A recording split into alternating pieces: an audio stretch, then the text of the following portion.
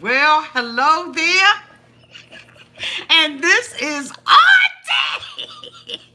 And I am here to do our review on 90 Day Fiancé Season 2, Episode 7, Truth or Lie. If this is your first time being here, please like, comment, and subscribe to my channel. And to all of my new subscribers, thank you so much for joining the family. And to all of my nieces and nephews who have been here for the long haul, thank you.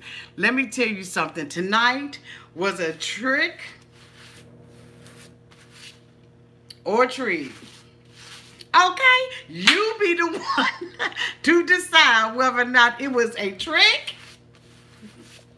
okay, or a treat.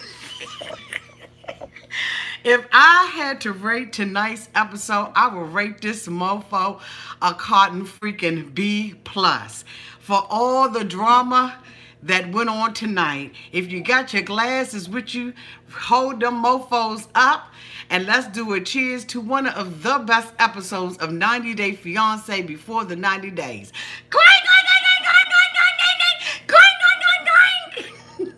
Okay. Let's get started. So, we open up this particular episode with Jesse and Darcey. Jesse is in a hotel getting ready to take his ass back home. And we're happy about it. Okay? And Darcey is at home. She said, basically, you know what? We broke up.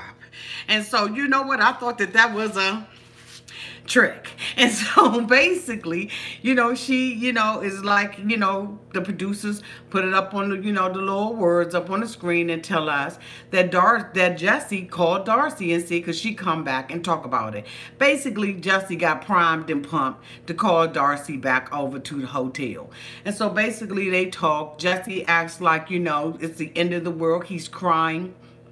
He's showing us that, he has, some type of acting skills where he can cry at the drop of a dime. And so, we're kind of proud of Jesse for being able to do that. Basically, Darcey says, okay, well, he does care about me. He called me back over. And we all know that he does not care anything about her. So basically, she decides that she's going to take him to the airport, and that before she does that, she's going to run him past the house to say goodbye to her children, because he feels like he has, he needs to have a do-over. But you never get a second chance to make a good first impression, either it's a good impression or a bad one, and we know that it was a bad one. And so basically we see them driving over, and Darcey is talking about 2 new beginnings. Okay, whatever that means. So basically, they go over there, and it looks like they wake the girls up early in the morning. And, basically they're like, the girls are not impressed with Jesse. They hadn't been. They said, they're basically happy that he came over. And, because they wanted to try to give him a second chance. But basically, they knew that he, basically ruined his first shot at it. And I'm just like, I want this relationship to be over quick, fast, and a hurry. Jesse gets all teared up when he's talking about the girls and all of that kind of stuff. And so, basically, he tells the girls when he gets there that they were the highlight of his trip. And, the girls, they really do feel bad for him. Darcey is driving Jesse to the airport, so that he can take the flight back home, and we just like, all right, bye. So now we get introduced to Marta. Marta is a 30-year-old woman from Milwaukee, Wisconsin, and she has 2 children. She's a single mother. She said that she never married her children's father because American men don't want to commit. I don't know what the hell that meant, but she says that, married men don't want to commit to anybody. She has a, let me see. She has 2 children. She has a daughter who's 8 years old and a son who's 6 years old. And she really seems like she has a really good relationship with the kids. She's telling the kids that she's going to go and see Daya. Daya is Muslim. I believe he's 26 years old. And he lives in Algeria. And so basically she's telling the girls that she's going to be going to, telling the kids that she's going to be going to Algeria to go and see Daya. And, the kids are really excited that they're going to be staying with Grandma. And, you know, basically the producers asked them, you know, what do they think about him? And they like, you know, we know he's into fitness because he has rock solid abs. Kids, they say the damnest things, okay? He got rock solid abs. And, you know, so they was like, you know, how do you feel about him? And a little girl and a little boy basically say, you know, he said that he was going to protect us. And, you know, he would take care of us. And now, you know, that's, you know, okay, whatever. Basically, you know, she says that when she met him, she was basically on the site and he popped up on the site and everything. And she felt like he was a catfish. And so I'm like, oh, okay, he's a catfish. That's a treat. And so I think we on treat. Are we on trick? Oh, yeah, that's a trick. So basically, she feels like she's being catfished by this man. And I'm saying, you know what? If you believe that you're being catfished by him, you probably are. She seems to really have her life together until we find out some things about her later on. And, you know, she says that, you know, basically he wants her to convert to Muslim, to being a Muslim. And she says that she was raised as a Catholic. And, you know, they are having some issues. Upon him finding out that she's coming to Algeria, he now has been incog. I don't know. He's basically, you know, not communicating with her like he was before in the beginning. And, you know, she's a little concerned about that. She believes it's because of their cultural differences. And maybe he's mad with, you know, her profession or whatever it is. But this is almost like a Ricky and a Melissa. Basically, you know. Okay. The Daya is not responding to her, and the producers ask if she thinks this is a bad sign. She don't think anything is a bad sign. We look and we see Rachel and John. Oh my God, did I skip through them the whole entire time. Rachel and John talk about where they're going to live at. Rachel is devastated because John, you know, has been fighting. He's been in over 50 fights. He has a criminal record. And, you know, she wants him to come to America with her. And we move on. The next thing we see is Angela and Michael, okay?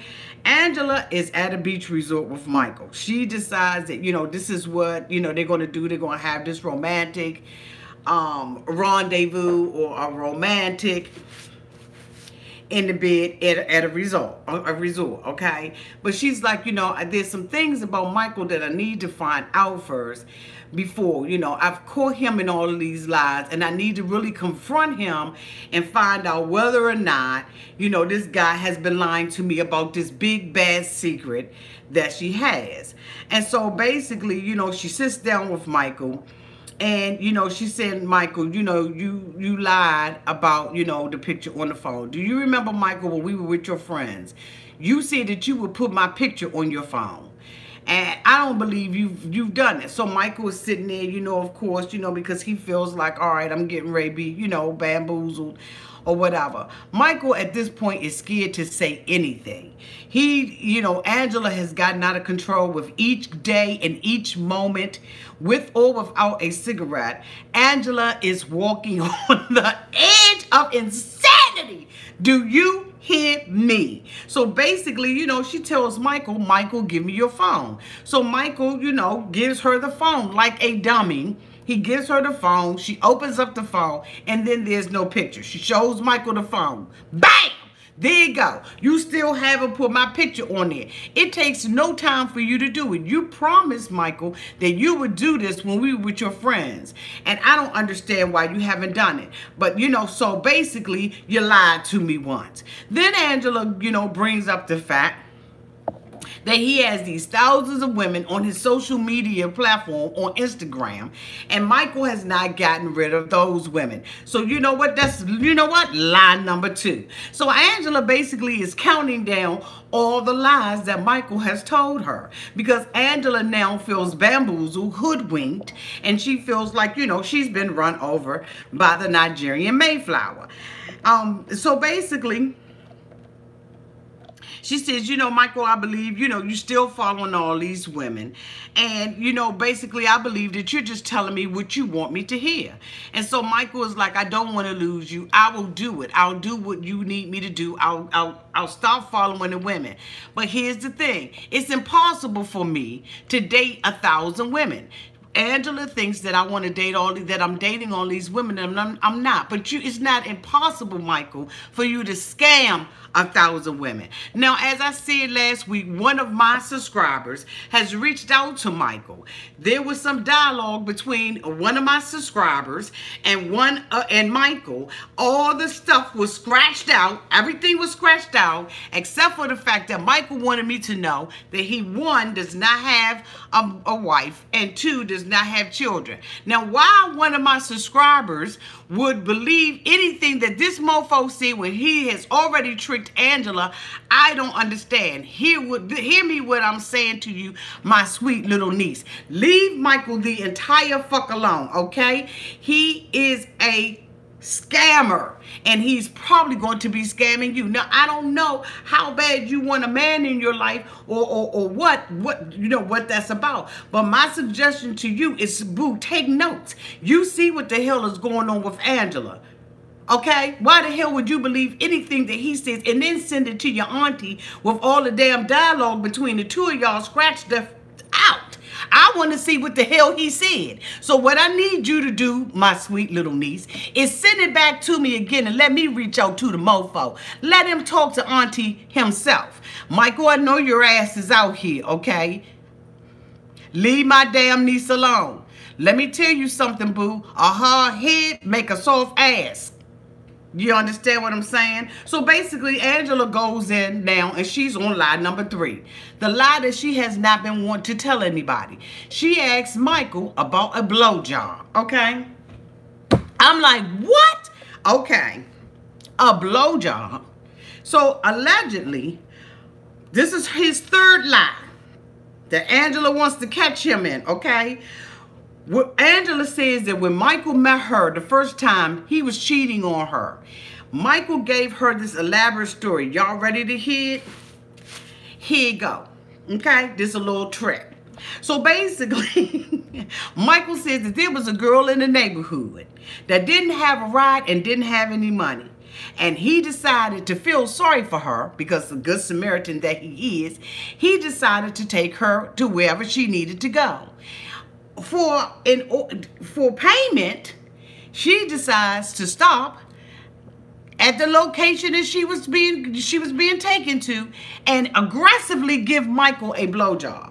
Michael indicates to Angela that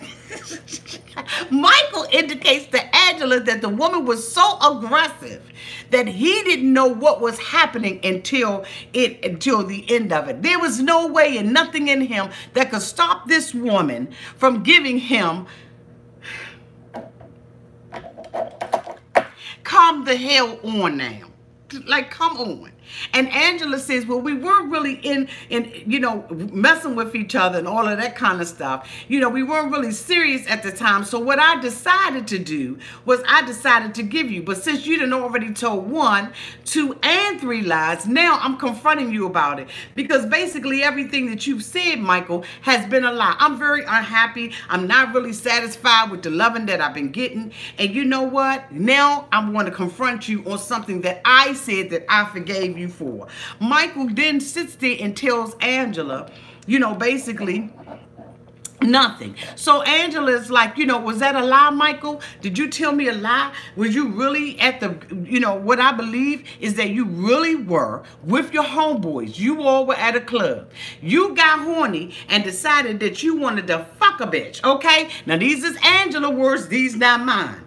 And Michael says, she says you wanted to fuck a bitch, you got horny in the club with your friends, you've been drinking, you saw somebody, you got a blowjob, and that satisfied you. Okay, now this is X-rated. Hope ain't no kids out here tonight. Probably gonna have to put a little parental thing on here, talking like, you know, about this kind of stuff. Okay, and that's gonna be a treat. So basically, Angela, you know, Michael, instead of taking up for himself, says that, you know what? You're right, Angela. It was a lie. Michael is so scared of losing that American dream. He's so scared of losing that green card and the possibilities of going to the United States that he's dumb enough to tell Angela he was lying. That he really did. He was hanging out with his friends, and this young woman wasn't aggressive with him. That he did this voluntarily because he was horny leaving the club. I said, what a cotton freaking fool he is. So Angela says, so what are you saying, Michael? Michael stands up in front of them. He says, you know what? I admit to the B job. I had the B job. I got the B job from the girl. But you know, since then, I ain't got another B job. I just been with, you know, you know what I'm saying? I've been faithful to her. I ain't picked up any more passengers. I haven't been an Uber driver, you know what I'm saying, or a head driver. I haven't been doing any of that. I ain't a screwdriver or nothing. You know, I'm innocent. And so basically Angela says, so Michael, so you mean to tell me you really did do this? So now Angela's mad. Angela's feeling like a fool because Angela has spent her last earnings to come down here with this man for a trick. Okay? So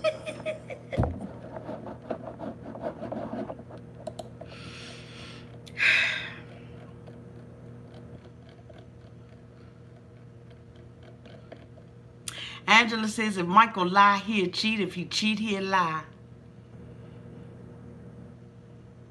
She asked him if it was anything else he wanted to admit to.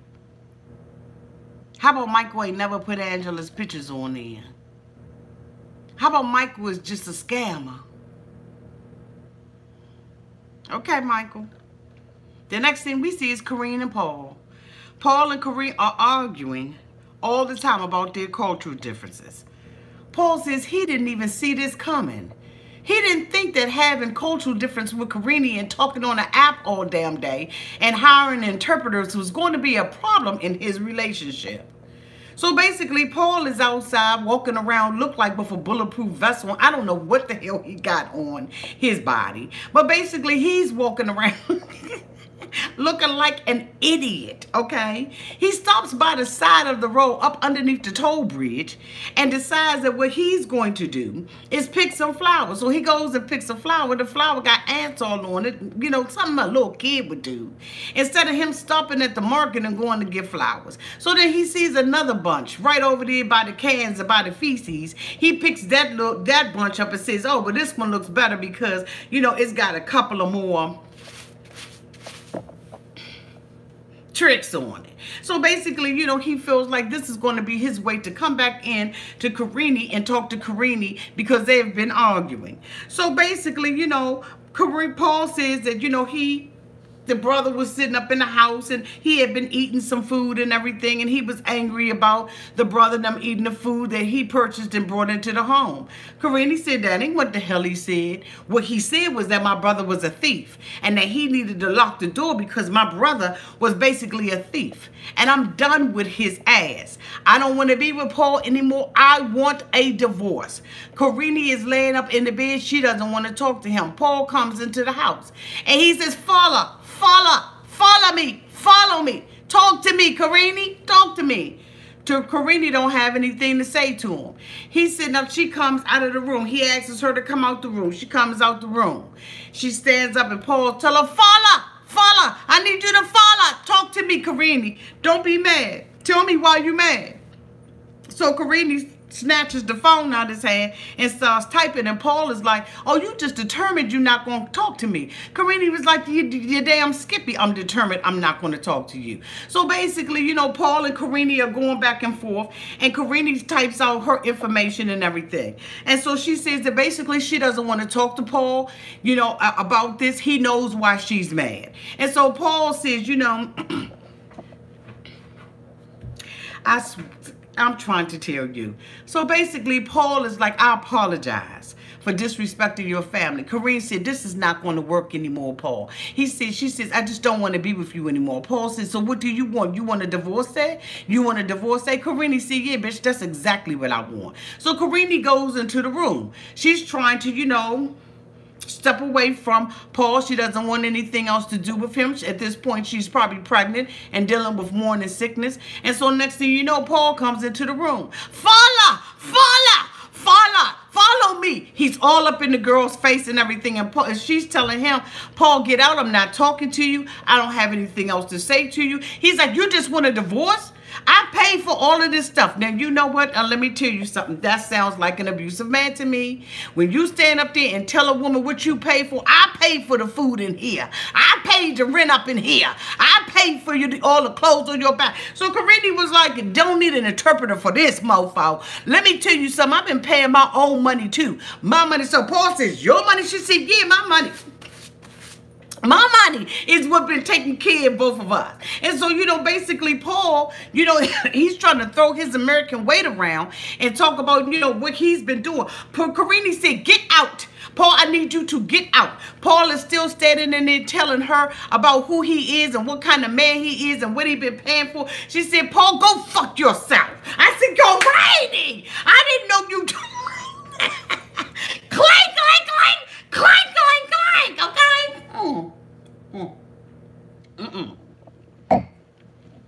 I said I had no idea Karine had it in her.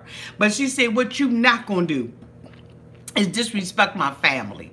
She said, I'm telling you right now, I don't want to be with him anymore. He starts trouble. He's not going to change. He wants to argue about everything. Paul is whining and everything, and Karine, when Paul doesn't get out, Karine gets up and she walks past him. She walks out of the house and we see Paul running down the steps behind her. Karine is out now in the street and Paul is running. Follow me. I'm like, shut the hell up. I don't know why Karine did not stop on that little dusty road, that little dusty street her ass was on, and backslap Paul. But she didn't. She kept her wits. She ran up some stairs. There was a lock on the gate. She took the gate, opened up the gate, went behind the gate, put the lock on it, and Paul's ass was standing on the outside. Talk about Father,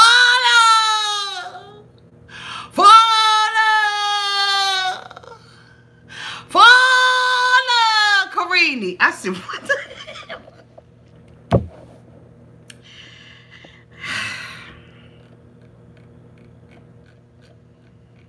Paul says that he has left his mama, his daddy, and his dog that he's been in a 10-year relationship with. He's missed every holiday, Christmas, Thanksgiving, St. Patrick's Day, Easter, Memorial Day, Columbus Day, to be with Karine. And Karine thinks that she's going to throw him out. I'm telling you right now, Karine went behind that gate and locked that ass out of there. And now Paul is sitting there devastated. And now we go to our boy Slick Rick, okay? Fatty back man. Ricky says that he thanks God that things did not work out between him and Melissa. And that he is in love with Lady X after being there for 1 week. Yes, 1 week, and our dear boy Ricky is already in love with Lady X. Lady X also says that she's in love with Ricky. She believes that Ricky is the man of her dreams. And Ricky is telling her that I got to tell you something. She's like, okay, you know, he's going to tell me something. He's going to propose. I think he's in love with me. And you know what our boy says, basically, I got a trick for her ass. I'm going to have to tell her that, you know, I wasn't here to see her, but I was here to see Melissa. Now, as many of you all know, Paul went on a date or a rendezvous with one of the women who's on Reddit. Okay, yes, he did. His ass came to New York City. He came to New York City, had pizza with her. Yes, he did fold it. He did fold the pizza. He got inebriated, allegedly, went up on the top of the rooftop, dry heaved or threw up or did something. And then after that, the mofo decided that him and his wife were going to come clean with what they have been doing. Allegedly, okay, according to articles that have been on Reddit, Ricky's wife contacted the young lady the next day and told her that she and Ricky are in a relationship with one another, that their relationship is not a trick, but it is a real relationship. She basically wants her to stay the hell away from her husband. And I'm saying, bitch, you signed off on his permission slip to go to Colombia to bamboozle, hoodwink, and trick two women. Not one, but two women. Melissa was running game on that ass. In addition to that, you have been allowing your husband, according to him, to send these women thousands of dollars. You signed the permission slip for him to go to Colombia. You packed up a lunchbox for this bitch to go over there to Colombia. But you get mad because he comes to the United States of America, for which in the country that he lives in, folds a pizza, throws up, and acts a fool. And you're going to call her on her phone to say what? To say that y'all are still in a relationship? Then the mofo gets out there on Reddit, okay, allegedly, and admits that 85% of the stuff that the young lady said about him on Reddit was true. What the... Then you sit on Instagram, Ricky, and make a comment and say that, you know, the machine, the devil himself, has been doing things that are immoral and unethical.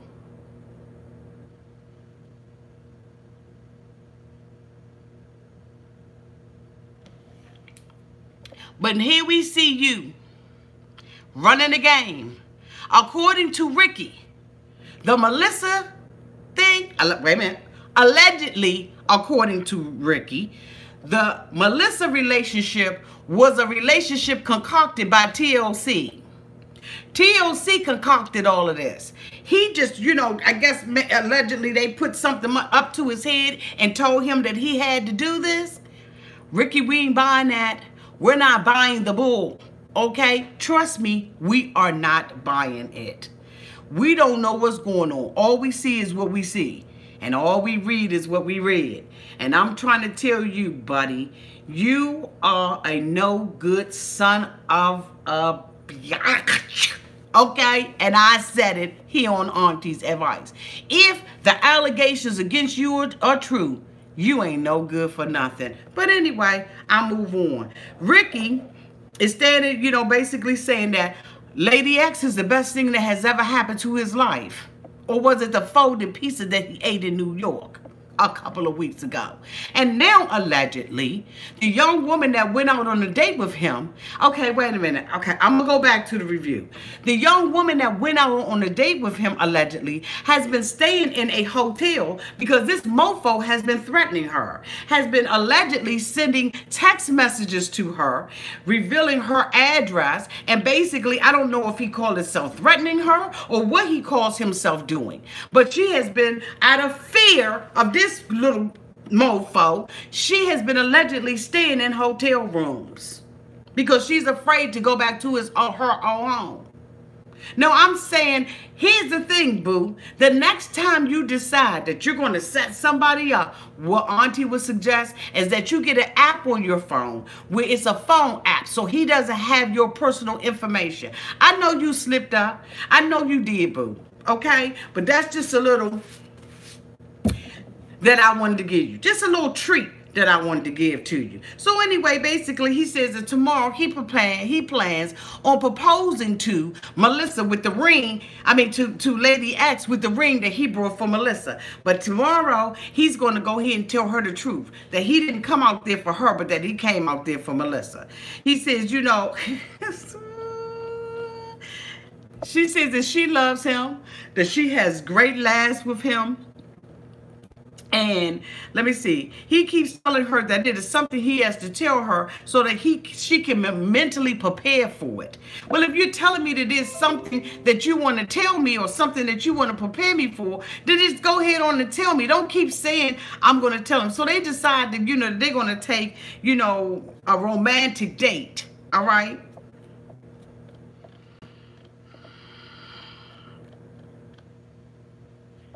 I'm all over the place with Ricky. Y'all gotta excuse me because there's so much stuff I want to say out here. Good God dang it. Next thing we see is Jesse and Darcey again. Jesse says he is sad to leave. Darcey says that she hoped that they could stay together longer, and but Jesse says that he has to get back to work. They basically still riding in the car in Connecticut trying to get to the airport. I don't know how long it takes to get to the fucking airport, but I just got sick of seeing them. John and Rachel meet up with John's friend. Basically, John's friend is, just basically saying, this man is full of tricks. I can't imagine him being with one woman. John goes in to talk about, how he was in open relationship, and Rachel was shocked. But the only thing that Rachel continues to say is that, we're engaged, we're engaged, we're engaged, we're engaged, we're engaged. And you know what? I don't even want to talk about them. I didn't look at them anymore the rest of the show, so that is going to be the last thing that you hear about John and Rachel. Okay. So the next thing we see is Marta. Marta is at the, at the nail shop with her mother. She decides, they decide that they're going to get a pedicure. Her mother's name is Juanita. Basically, Marta says the lack of communication is not good, and she figures that, basically, Daya is busy, and that's why he's not communicating with her. No, he's probably a catfish or somebody who doesn't want to be bothered with your ass. But okay, I digress. She, basically says that she's on her way to Algeria, and, she wants to get ready with her mother. So Marta's mama, Juanita, says that she's scared that they don't speak the same language. She says she went and saw a psychic, and the psychic told her that her daughter was going to go over there and get fucked up. Okay, that something may happen to her daughter, and she's trying to tell the daughter. The daughter's like, Mommy, I know you went to go and see a psychic, but it doesn't make a difference to me what my mother thinks. I'm going to continue to do it. So the mother asked her, is Daya aware of what you do for a living, that you're a dancer? She said, yes, he's aware. She said, no, I'm talking about an exotic dancer. And she's like, yeah, and he doesn't like it. But you know what? I feel independent. I feel strong. And this is something that has been going on in my family for how many generations did she say? 5 generations of them have been exotic dancer. I was looking at Juanita and I was like, damn, Juanita was an exotic dancer? What the hell? I could never imagine Juanita being an exotic dancer. Could you imagine Juanita being an exotic dancer? That would have been a treat to see Juanita up there up on that pole. Sliding up and down. So they show her, at her place of business and everything, and she's out there doing what you do with the woo-woo and the boo-boo. But I'm like, you better go ahead on. She's basically an exotic dancer. She said when she had those 2 kids, she had to make her money. But her mother was like, hey, when you was with the man that you was with, you still was independent and making that money. So basically, the mother really bust her out and let us know that the girl been stripping for a minute, okay? This ain't got a goddamn thing to do with her having 2 children. This is what we've been doing for 5 generations, and your ass feels strong and independent about it. Walk in what you are. But the mother's like, you know what, let me tell you something, boo. Let me tell you something. You're going to go into a culture that is restrictive and men dominated. She said that Marta and her are coming from a family of alpha women who have always been the boss. So you know what? She's walking into a relationship with a Muslim man. And I don't know many things about Muslim men, okay? But I know one thing, honey. They're not going to have you over there stripping and being no exotic dancer and thinking you're going to be an alpha woman and running nothing. You're going to have your face and that ass covered up. You understand what I'm saying? Now, they'll go somewhere else and pay for somebody to do it. But damn it ain't going to be their wife. So, Marta, you need to listen to your mama. Your mama done told you she done went out there and saw a psychic in a damn crystal ball, told her ass that you going to go over there and get your feelings hurt and get your ass whipped while you over there. So, let me tell you something, boo. You need to get yourself together and hope that this is a catfish. Because if not, boo, you in danger over there in Algeria. Because I ain't going to go over there and act like I'm running nothing over there. You understand what I'm saying? I'm going to be like, mama said my same. Mama said my mama sucked. Mama said my mama sucked. Okay? Because I tell you what, you won't trick me into getting my ass whooped out there. You understand y'all understand what I'm saying? Okay. So the next thing we see is Paul and Karine again. Paul and Karine are they've locked themselves. What is going on with this thing? Okay, hold on, y'all. Seems like I lost some power up over here. Okay, I don't know if it's thunderstorming or what the hell is going on out here. You know what I'm saying? But I got to stick with y'all. I got to stay with y'all. We can't be doing no part 2 up on this mother, okay? I don't know if this is a trick or a treat. But we're gonna keep on rolling with this. All right. So Paul and Karine has locked herself up over her aunt's house. She ain't even seen Paul. She don't want to see Paul. She don't want to smell Paul. She don't want to hear Paul. Paul is going over to talk to the mom because the mom was like, bring Paul's ass over here. I got a couple of things that I need to say to him. So basically Paul's walking up in there, you know, thinking he's the man with the plan in the promised land. And he got his little handy-dandy interpreter with him, you know what I'm saying, his little son young, you know, little friend. And so, you know, basically the mother sits down and says, this is the first thing I want you to tell Paul. Before you interpret anything else, tell Paul I said he's a smart ass. And so, you know, basically the interpreter was like, you sure you want me to say that, Mom? She said, yeah, go ahead and say it. Go ahead and say it. So the mother looking down like this, right? She like, you know, okay, because, you know, basically the side eye is eternal. And so, you know, the interpreter said, well, the mother said, you're a smart ass, Paul. And so, you know, Paul, she says, you talk too much bullshit. Okay, and I'm like, what? What did you say, Mom? What? I mean, wait a minute, hold up. The mom said, you talk too much bullshit. I said, oh my God, the mother is rickety raw. She said, Paul starts too many fights. She said, I want you to tell this mofo that what I will do is I give him all the money back. And anything else that my son took over this, since he want to call my son a thief and he want to act like he the man, you tell Paul I said I give him all his stuff back. So Paul's going to say, well, it ain't the point that, you know, he basically ate the stuff or he used the stuff. The point is that he didn't ask me. And I'm the master of Karine. I'm the master of the food. I'm the master of the house. You understand what I'm saying? I'm the master. I got blonde hair and blue eyes, and I'm the master. Paul, come on. You know you can't go over there and act like that, Paul. I can't go over there and be like, you know, I got brown skin and brown eyes, and so I'm the master of everything because I'm here from the United States and I'm representing the United States, and what I say go up in here. You already sat there and talked to Karine and made Karine feel as if she was nothing and wasn't contributing to the household, and then you gonna sit up there. Come on, just because we're Americans doesn't make us dominating. It doesn't make us the dominant human being. You can't lord over people like that. If you're doing it out of the abundance of your heart, then you wouldn't even try to throw that in her face and tell a brother that he has to ask you for some damn food to eat. That's his sister's house. I wish the hell I would take my brother, have my brother or my sisters over my house and my boyfriend talk.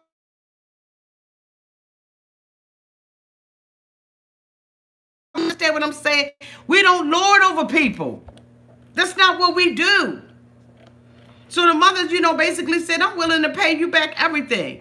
And so, you know, Paul says, no, it's not that. The mother said, no, it's not that. He doesn't love Karine and he doesn't respect her. This bitch went out on social media. The very thing that he tells her that he doesn't want her on, he goes out on social media and blasts Karine. Paul says the reason why he went on social media and blast Karine was because she won't talk to him. She won't follow him.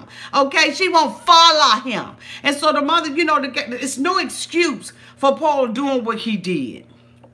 Paul says, you know, basically, you know, he going to flip out about the money that he spent and leaves and gives Karine mom the ring. And so Karine mom was like, I tell you what I'm going to do. Paul, everything that had been done to me already been done to you. Everything that been done to me already been done to you. And I'm telling you, till you do right by me. She color purple that ass. Do you hear me? I'm going to try my best to keep them separated. I don't want my daughter with this man. And I'm telling you right now, till he do right by me.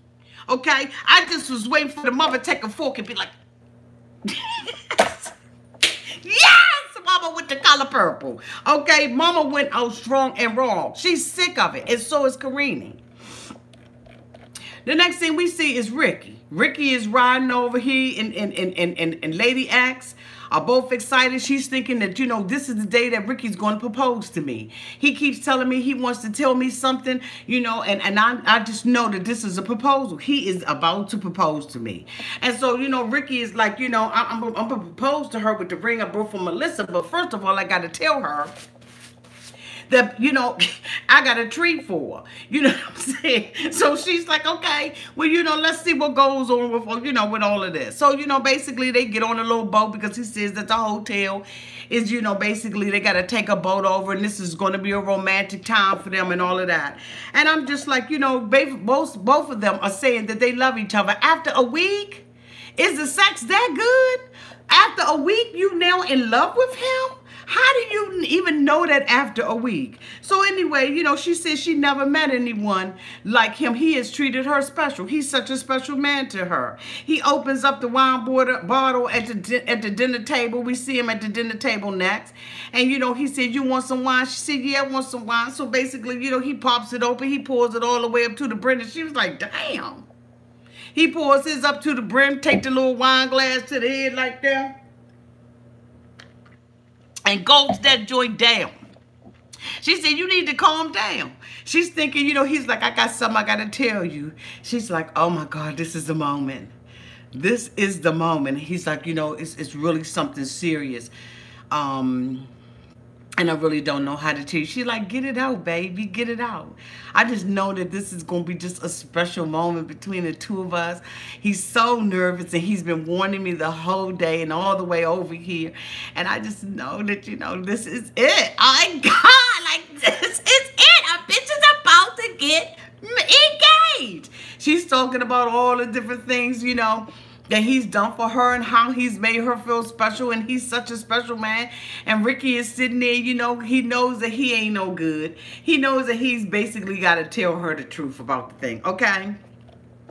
After he done took all of that wine down. So Ricky tells her, he says, look, remember this, that I love you.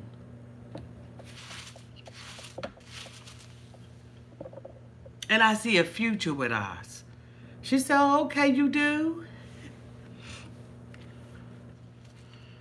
So he tells Melissa, tells Lady X, okay? I didn't even got the damn names wrong. Because it's a trick, okay? So basically he says, you know, when I came over here, I basically was talking to someone else on the hotline. And I was doing that at the same time that I was talking to you. Girlfriend face cracked. She was like, yeah, you know, I was talking to someone named Melissa, and that's who I came here for. Lady X surprisingly started to cry. She was holding back tears and anger at the same time. He tells her that Melissa, you know, she said, but the other day you called me Melissa a few days ago. And then, you know, she cries and he, you know, he tells her that he needs to tell her something that's going to be a little bit more difficult. He said, I was in love with her before I met you. I was talking to both of y'all at the same time. She said, yeah. What? That's why you came? You came here because you thought that I was going to be number 2 deuces in your life? You have been talking to somebody. I don't think we have anything else to talk about. So she is pissed off. She is fussing with him. He's like, wait, give me a chance. I need to talk to you about this. This is, you know, do you know how courageous I'm being by even telling you this? I didn't have to tell you any of this. And she said, you didn't go out with Melissa, so then you went out with me? You think I'm going to be number 2 in your life, Ricky? I'm your plan B? And Ricky is sitting there at the end of the table knowing that he has made the worst mistake in his life. The worst mistake in his life. She is angry. He says, I am telling you this because I love you. Boy, when he said that, her head swizzled around like it was on a... I mean, she was ready to cut a bitch. Do you hear me? She says, I thought you were an amazing man. I thought that you was different from the other ones. And now to come to find out, Ricky, that you ain't nothing but a dog. I thought you was a good man. I don't want to have anything to do with you, Ricky. She said, you going to sit up here and talk this bullshit to me at this table? You think I'm going to be number 2? You done lost your mind. Ricky is trying to talk but can't get anything out of his mouth because at this point she has gotten up from the table and she is done with Ricky. She walks into the hotel room and slams the door, and the next thing we see is Jesse and Darcey again. Darcey gets Jesse to the airport just in the nick of time. He done already told her, use your cut and freaking wave. Use your Waze app so that we can find a way to get to this airport. Darcey says, no, I know the best way. They on the highway and they hit traffic, okay? Now, you know how it is when you're trying to get to the airport and you are stuck in traffic. You are anxious. You know you got to go through screening. You got to go through TSA. Your ass might have to take your shoes off. You might have to dump your damn suitcase. And you want to be at the airport in time. So Jesse is so caught and freaking mad that he hits the side of the door. And Darcey is trying to play it off because, you know, basically he's leaving. She won't be seeing him for a while. And so, you know, basically an hour later, their asses is still in traffic trying to get to the airport because she doesn't want to listen, okay? She doesn't want to listen to what the man is trying to say to her. So basically, they get to the airport and they hug and they kiss and they squeeze and they go through all the little stuff and all that, and it's just phony as hell. Okay, John and Rachel goes home. Okay, so the next thing we get to, y'all, is Angela and Michael. Oh my God. Angela is angry with Michael. We see her coming out of the hotel room, this little romantic hotel thing that they're supposed to be in. She's got her little pink shirt on, you know, her breast just all the way down here. Just everything just hanging out. And she's got a little sarong tied up around her waist and a cigarette in that hand. Angela has gotten to the point now where she is smoking in the when she is smoking in the room, okay? So Angela's come off the room, she is pissed. She said she can't do this no more. She can't stand the sight of Michael. She is pissed the hell off with Michael. She says that she can't be romantic with Michael because of the lies. She says she went through lie 1, lie 2, and lie 3, and she just cannot do this anymore. So she says, you know what, she goes to the bar. She sits up at the bar and everything. It's still open, you know what I'm saying?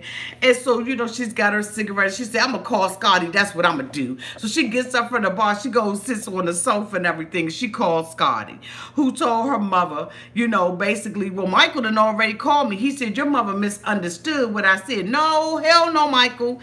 Angela didn't misunderstand what you said. You claim that you were so scared and Angela's so aggressive and she's so masculine that you're afraid to tell her the truth about the matter. No, you told her the truth about the matter because you told us and the producers that you did get the blowjob, okay? So basically, Angela is like livid, okay? Scotty says, Mommy, maybe he is scamming you. I already told you that the man is scamming you. And she said, and so, you know, basically Angela is mad because now she done found out that Michael has been talking to her daggone daughter.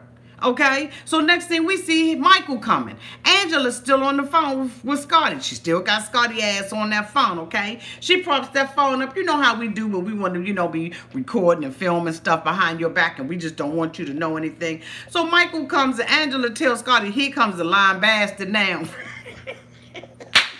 So Michael said, can we talk? And Angela was like, yeah, bitch, we can talk, but you leave that chair right there. Stay all the way the hell over there. You know how you get so mad that you will bust somebody? Okay, so that's how mad she got.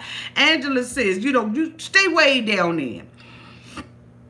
So Angela was like, ooh, do you think that you're going to talk behind my back to my child? Like you her best friend? I'm her best friend. I'm her mother. I'm the one who had her on the Maury Povich show twice, trying to see whether or not she had been sleeping and cheating on her boyfriend. Can nobody do her like I can do her? So Michael, you know, he like, God dang, this woman is so disrespectful. You talk to me like I ain't nothing. She don't understand anything I say. I just want her. I just want to get the hell out of here. I don't want to be with her anymore. You ain't, she's telling, I'm telling you right now, you ain't seen nothing when you start fucking with my family. Angela has lost it Because at this point, Angela is embarrassed. She's humiliated. And she just knows that this man has gagged her. She's come all the way over to Nigeria, spent all of her money to come over here and be with Michael. And this is the result of it. She is mad at Michael. She said, you bring me all the way down here and you're a fraud. You're a liar, Michael. Michael leaves and Angela says, you messed with the wrong American, didn't you? Didn't you, Michael? You messed with the wrong American. And Michael is like, I can't deal with her anymore. I just want this to be over. I don't know why this woman treats me like this. So the next thing you know, Michael says he don't know what to do. He said, I'm just tired. I just want to go to bed. So evidently, Angela got everybody's asses up late at night, smoking cigarettes at night. Okay, so basically, Angela said, you know what? I'm going home. I am going home. So Michael goes back to the room, goes back to the little bungalow. Angela behind him. She said, I ain't even going in there. I don't know if you lying or not. I'm not even going in there. Bring my stuff outside. So Michael goes in the hut and he's like, you know, Angela, come on in here. Get your stuff and everything. Michael says, come on over here and get your sit. I said, Michael got him some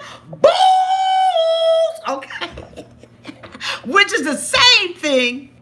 The same thing that Lady X said to Ricky. She said, you got some balls to sit up here and do. Oh my God, y'all, I'm trying to tell you, B plus for the episode. So basically, Angela is outside. She woke, I'm going home. When the sun come up tomorrow, I'm going home. I'm getting my ass on a plane and I'm going to be, first thing up out of here, I'm gone as soon as the sun come up. So Michael's in there. He done got Scotty back on the phone. The hell is he calling Scotty for? Scotty is on the phone. Angela's coming in there. She starts throwing stuff around. She's so caught and freaking mad with Michael, she don't know what to do. She's trying to gather her little raggedy piece of clothing that she brought over there. Girl, I'm saying, Angela, leave that stuff. Let somebody make something out of that, all right? Them women over there are creative. They can make something out of that trash that you got there, okay?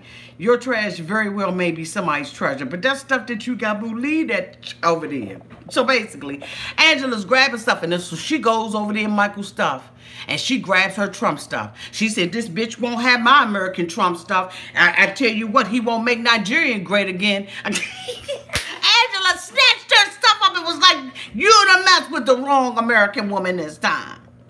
She snatches up all this Trump paraphernalia, the shirt, the license plate, that hat, the buttons, I mean, she done snatched everything up out of there. And that's the last straw for Michael's ass. Michael said, what you won't be doing is taking my Trump stuff up out of here. You know... And next thing you know, Angela gets to pushing Michael, and he gets to pushing her, and they are tussling back and forth. And I'm like, I cannot believe that TLC has not jumped in the middle and broke this up. But go ahead on, let them rumble, okay? Let's get ready to rumble. Angela is so mad that she is putting her hands around this man. She says, I am done, and I do not want to be around him. I don't want to see him. I don't want to smell him. I don't want to be dealing with him anymore. He made me look like a fucking fool. No, Angela. From day one, you have been looking like a fool. Michael helped show how much of a fool you really were. But you was a fool when you got on the plane. You was a fool when you were at the house. You were a fool when you were on the Maury Povich show. You've been looking for a fool, looking like a fool for a very long time. And it ain't no need of you blaming Michael. Because you knew damn well before you went over there that Michael didn't have your picture, that Michael was messing with other women, and that Michael had gotten a peanut butter and BJ sandwich. All right? You knew all that before your ass went up over there. But you thought that it was going to be cool for you to be on this show. You thought that things was going to be flipped around and everybody was going to be watching your ass go over there and get you some mandingo, okay? But look like somebody was already... Angela says that when she's pissed off, she lashes out instead of crying. She starts hitting Michael, and Michael is trying his best not to hit her back in front of them cameramen and that crew. Michael was doing everything that he could do not to strike Angela's ass on that floor. And I'm telling you right now, Angela is lucky that she had those people around her, because I'm going to tell you, if those cameramen were not there, and if she... the right opportunity, Michael would have beat Angela's ass down. You don't put your hand on nobody. You jump up as a woman and you put your hand on a man, you better be ready to take that butt kicking that you gonna get, okay? If it was not for that crew, I truly believe, because Michael was at his wit's end. He had been dealing with this woman, making accusations, intimidating him, throwing the American flag and the American dream in and out of his life, just taking it back and forth. And Michael was tired of it. He, at this point, realizes that he has no opportunity. There is no opportunity for him to come to America. So guess what? Now Michael can show his ass. She says she walks away and says that he made her look like a fool. Let me tell you something. This cotton freaking episode was fire. Yes, Auntie was off the hook, jumped all over the place tonight, tried to get this out the best way she could, but god dang it, this was a fire episode right here. We will be doing a marathon on Thursday. We will be, oh my goodness. Now, for all those people on my Facebook page, yes, Tariq's girlfriend is out here. To Tariq's girlfriend, I told you what kind of nieces and nephews I have. I told your ass not to make a comment. I said, don't make a comment on my channel. If you comment on my channel, they gonna find your ass. Well, they have found you. They know who the hell you are. Now, I done made a video of your ass, blacked out your damn face, faded your ass out, and you get down in the goddamn comment section and call yourself trying to cover up for Tariq's ass by exposing how many children he absolutely had. Now, the other day, Nana sat her ass out here and told us how many kids he had, what his last name was, that he was a damn junior, and you get your ass out here and try to say he's a good person. God damn it, they done peeped you out. So if you're getting hits on your YouTube channel, if you get hits on your Facebook channel, if you get hits on your Instagram, Snapchat, blackplanet.com, Taisha, I don't care what, that's your damn fault, because I told you not to say anything in my comment section. These 90 Day Fiance fans are the most investigative FBI ass.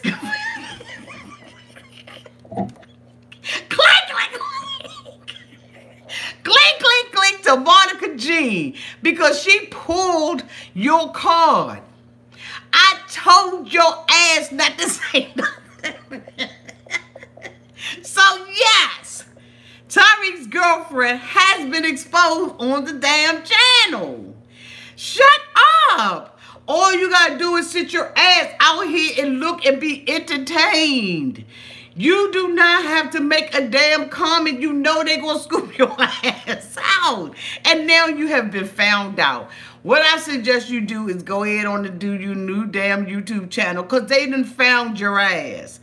Come out here, all of y'all, Ricky, Ronnie, Mike. When you bring your ass out here, if you don't want to be exposed that you are out here on my channel looking, damn it, don't say nothing. Do you ever see TLC with some damn icon on here and the word TLC that they looking? Damn it, they looking in the shadows. And that's what I told your ass to do. But nah, you couldn't. Okay, so now everybody know who the hell you are.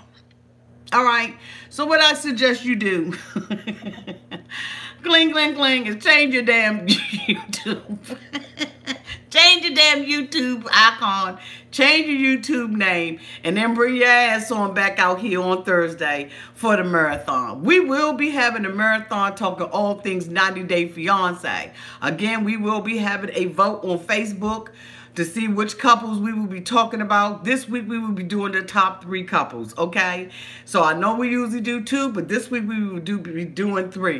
So Nana, you was right.